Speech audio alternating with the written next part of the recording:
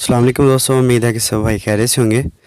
दोस्तों ये वीगो डाला है D4D 1KD इंजन है। P0607 कंट्रोल मॉडल परफॉर्मेंस का कोड आ रहा है करंट में, और P0093 fuel system leak detected large leak का आ रहा है हिस्ट्री में। तो गाड़ी स्टार्ट नहीं हो रही। ठीक है जी, तो कोड क्लियर किए हैं तो इसमें P0607 का कोड क्लियर नहीं हुआ। तो बैटरी भी डाउन थी, तो बैटरी एक और साथ ऐड की है। उसके बाद सलफ लगाया और कोड क्लियर किया तो P0607 का भी इसका जो कोड है वो क्लियर हो गया था। लेकिन गाड़ी ये स्टार्ट नहीं हुई, क्योंकि इसमें जो इंजेक्टर पल्स है वो नहीं आ रही थी। तो उसकी वायरिंग भी चेक की है, मैं आपको दिखाता हूँ।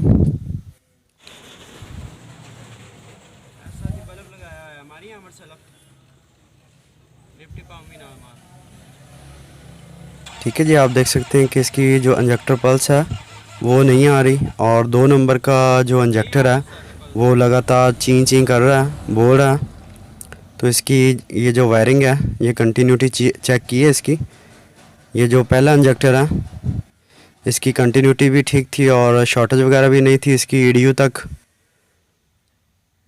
ठीक है जी, और ये जो 2 नंबर का इंजेक्टर है, ठीक है, इसकी जो एक वायर है सिग्नल वाली उसकी कंटिन्यूटी आ रही थी। इसके साथ जो वायरिंग आती है मैं आपको दिखाता हूँ। ठीक है, ये इसमें पॉजिटिव और नेगेटिव करंट ड्रैग का आ रहा था।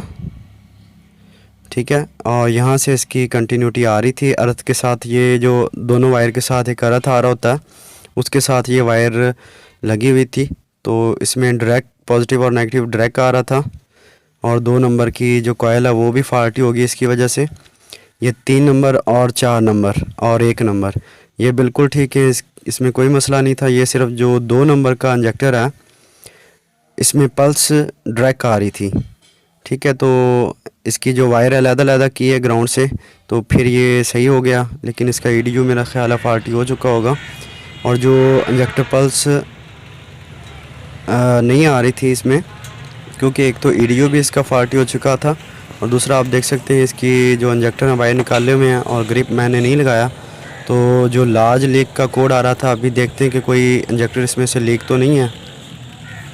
क्योंकि इंजेक्टर पल्स जब लीकेज होगी किसी इंजेक्टर में तब इंजेक्टर पल्स नहीं आएगी। ठीक है, ये आप देख सकते हैं ये जो 3 नंबर इंजेक्टर है इसमें ये लीक हो रहा है। ठीक है, इसके ग्रिप नहीं लगे हुए, लेकिन 3 नंबर का जो इंजेक्टर है ये लीक हो रहा है। दूसरे जो पहला, दूसरा और चौथा ये ठीक है। तो अभी इन्हें निकाल लेते हैं बाहर।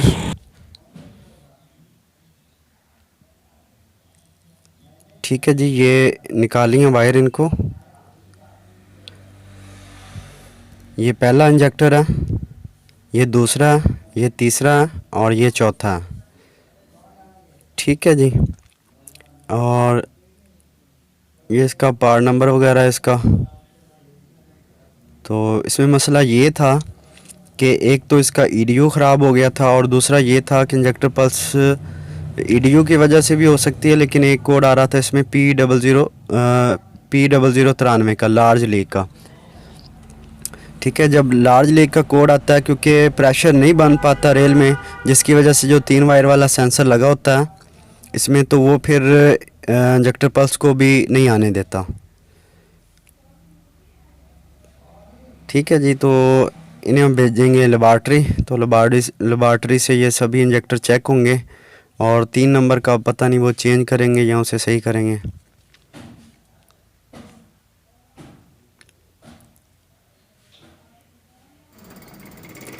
ठीक है, ये पहला नंबर का इंजेक्टर है, ये ठीक काम कर रहा है।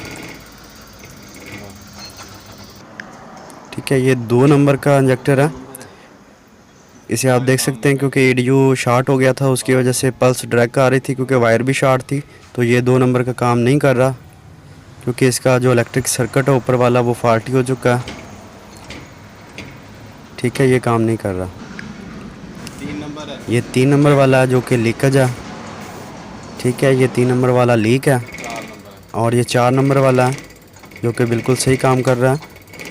इसमें 2 नंबर का इलेक्ट्रिक सर्किट और 3 नंबर लीक है, बकाया पहला और चौथा ठीक है। तो अब इन्हें एक रिप्लेस किया उन्होंने 3 नंबर का, और बाकी जो 3 थे उनमें से 2 नंबर की उन्होंने कॉइल ऊपर वाली इलेक्ट्रिक सर्किट वो चेंज किया और इनकी अब इसकी सेटिंग वगैरह कर रहे हैं, कैलिब्रेशन वगैरह।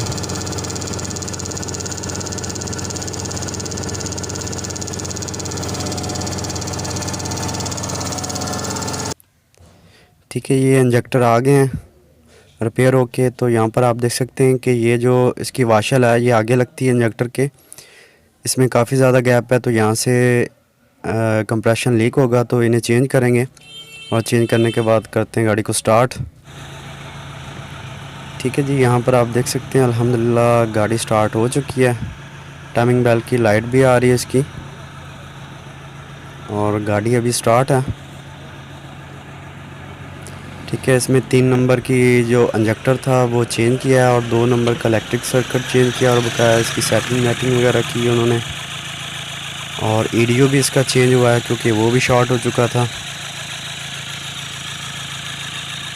ठीक है जी, अल्हम्दुलिल्लाह गाड़ी अभी क्लियर है। तो अभी मुकम्मल इसकी फ़िटिंग करते हैं और इसको ड्राइव करके चेक करते हैं।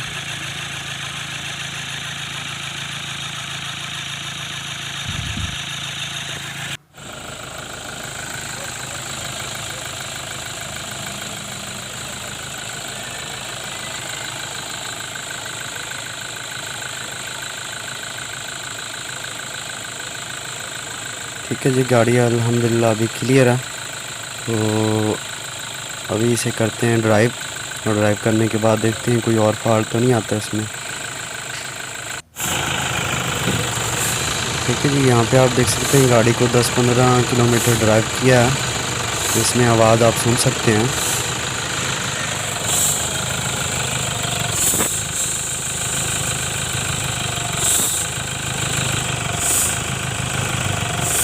इंजन इतना ओके है, इंजन ब्लो नहीं मारता।